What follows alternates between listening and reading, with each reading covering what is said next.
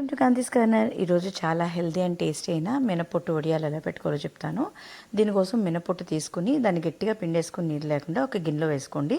సరిపడినంత ఉప్పు వేసుకుని దానిలో కొంచెం ఇంగు వేసుకోండి. ఇంగు నచ్చిన వాళ్ళు స్కిప్ చేసేసి అల్లం వేసుకోండి. ఇప్పుడు పచ్చిమిర్చి కచ్చాపచ్చా దంచుకుని యాడ్ చేసుకోండి.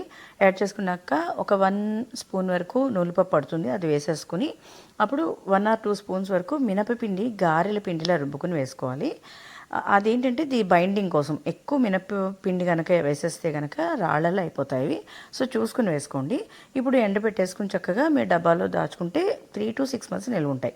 ఇప్పుడు వీటిని చక్కగా కాగిన నూనెలో వేయించుకుని చక్కగా ఎర్రగా అన్నంలో నంచుకుని తింటే నూనె వేసుకుని చాలా టేస్ట్గా ఉంటాయి అండ్ హెల్త్ వైజ్ చాలా మంచిది.